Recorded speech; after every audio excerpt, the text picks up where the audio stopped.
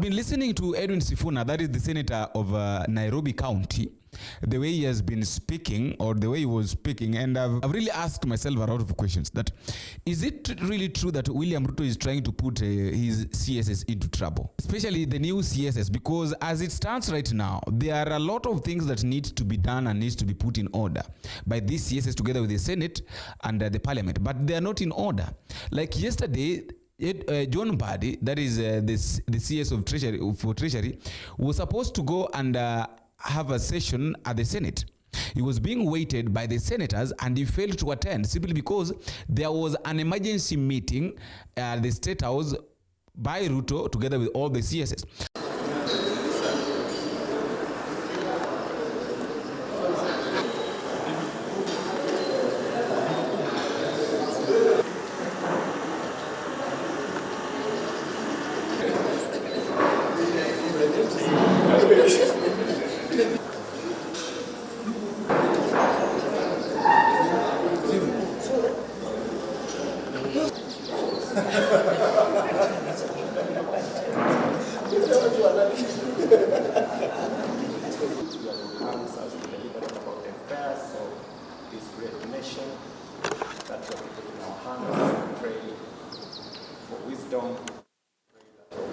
Done.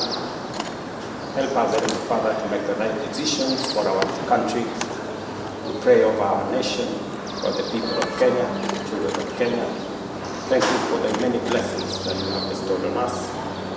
Commit ourselves to your knowledge and give us the necessary wherewithal to lead this country into the future. In Jesus' name we pray. Welcome. Welcome, Julius Ogamba. So this question Edwin Sifuna was asking, that during the time of Mwai Kibaki, the former president Mwai Kibaki, if at all there was a session or maybe there was something that was going on, there was a committee meeting that was going on at the parliament, even if maybe he was planning to have a meeting with the CSS, that meeting could have held fast, and then the CS goes to the committee and then comes back maybe later, and then they arrange for a meeting. Now, what is going on with William Ruto? And he's going ahead and asking this question. By the way, I've also been asking myself this question, that this William Ruto, does he normally just wake up in the morning and say that we are going to have a CS meeting? Because all these meetings are normally held unknowingly. Like, are they emergency meetings? These meetings are not emergency meetings. The CS is supposed to go and attend a session whereby everybody knows that there are some of the questions that he's supposed to answer. He fails to go and answer them. And Sifuna is going ahead and asking that he really don't understand what has happened with John Mbadi. It is barely 2 weeks. And John Mbadi right now is behaving as a Kenya Kwanza CSS. It was not like that. Seriously, John Mbadi was not like that. John Mbadi was a very respectful man. He could respect the parliament. And furthermore, he came from the parliament. Suppose maybe, Sifuna is saying that, suppose John Mbadi came from nowhere just like other CSS, he could have understood. But John Mbadi knows the rules and regulations that governs the Senate and the parliament. That if at all there is a committee meeting, there's some question that you're supposed to go and answer as a member of parliament, or maybe as a CS, you are supposed to go and attend that meeting because it is very much important. A lot of people need clarifications. The cabinet secretary can send a letter to you seated in the chair this morning. I am very shocked because you see, Honorable Chair, we woke up very early in the morning to come and attend this session. The question that I was supposed to put to CS Mbadi is a question that is over a year old.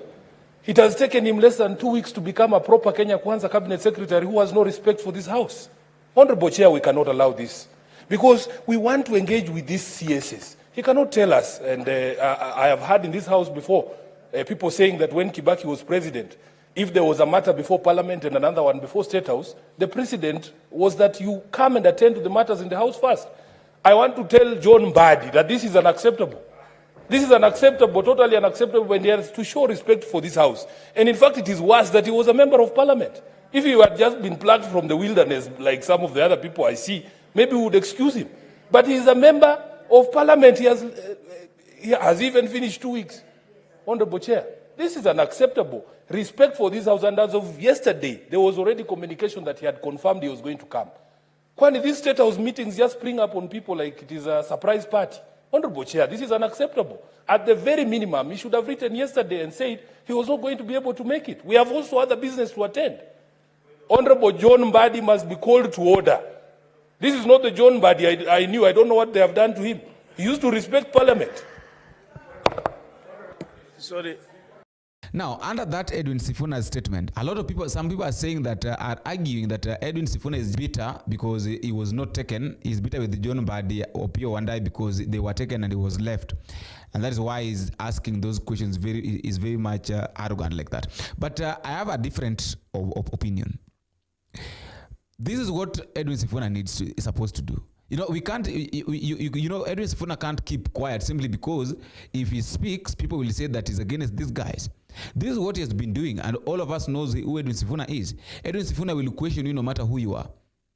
Some people are saying that it's just a game or what, but this is what they need to do. This is what needs to be done. And Edwin Sifuna is doing what he does best.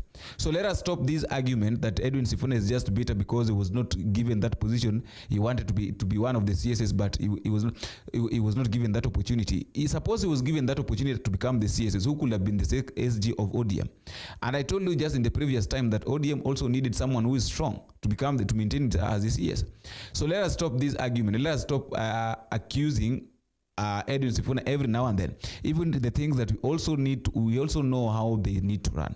So that is number one. Number two, the same John Mbadi, I think on Monday, John Mbadi on Monday attended a meeting, and a committee meeting, and there is a statement that he made. He told Boni Halwale, that is the senator from Western. He told Boni Halwale that I'm not here to massage anybody. I'm not in my office to massage anybody. And that Kenya has got a lot of money. That is what he said.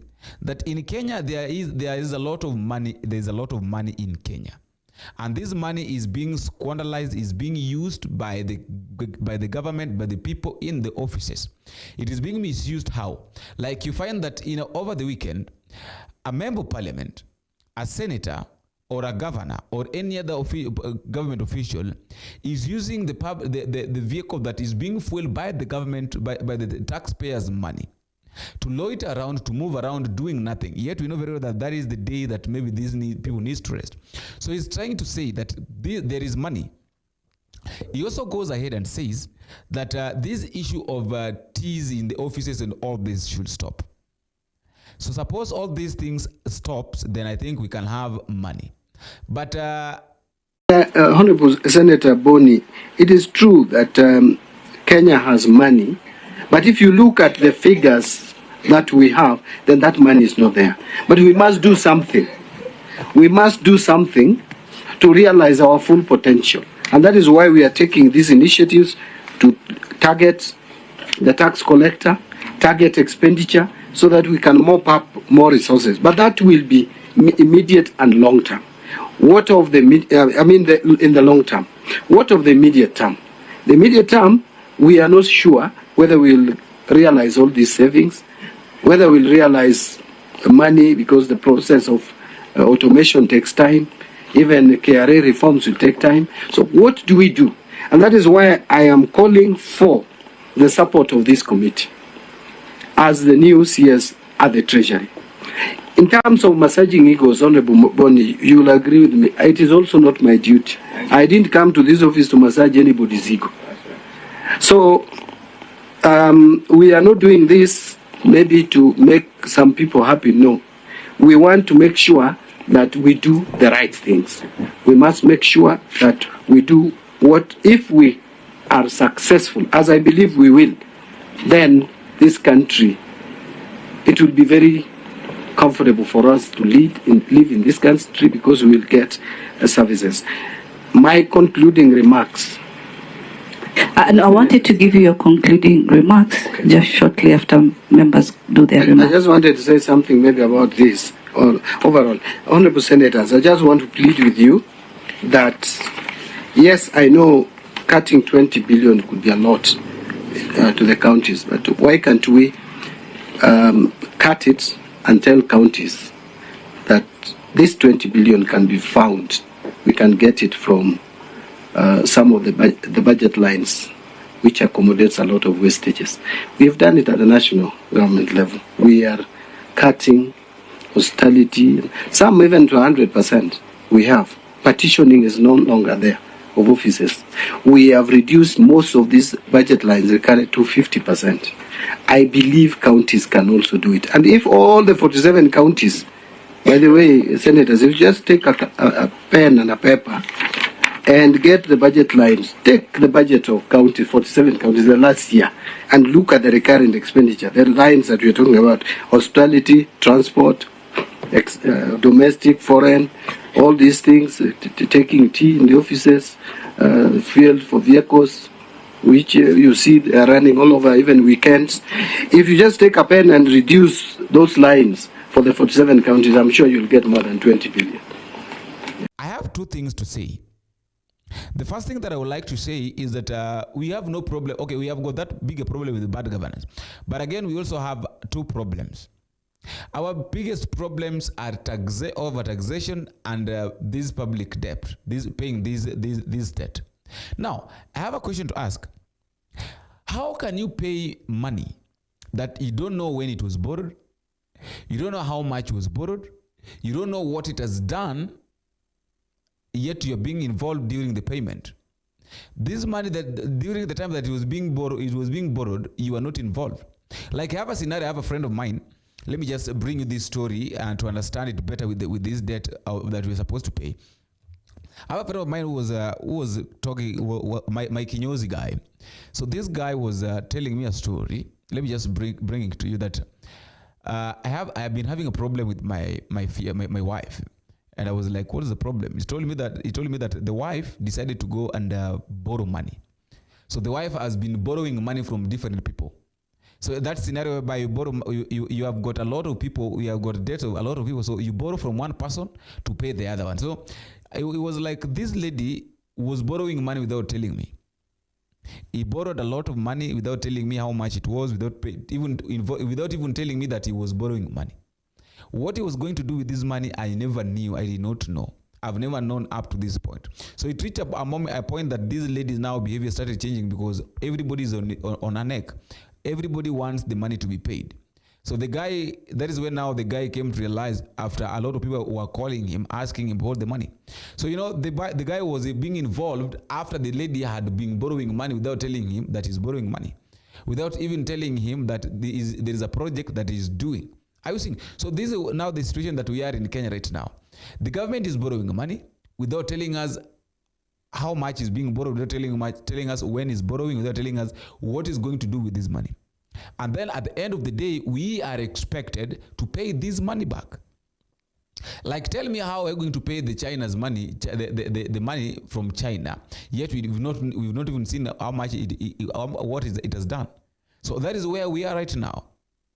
Another thing is this issue of taxation. Kenyans have got no problem with the paying tax. But now if you are overtaxing, that is now another problem. That is where another problem comes from.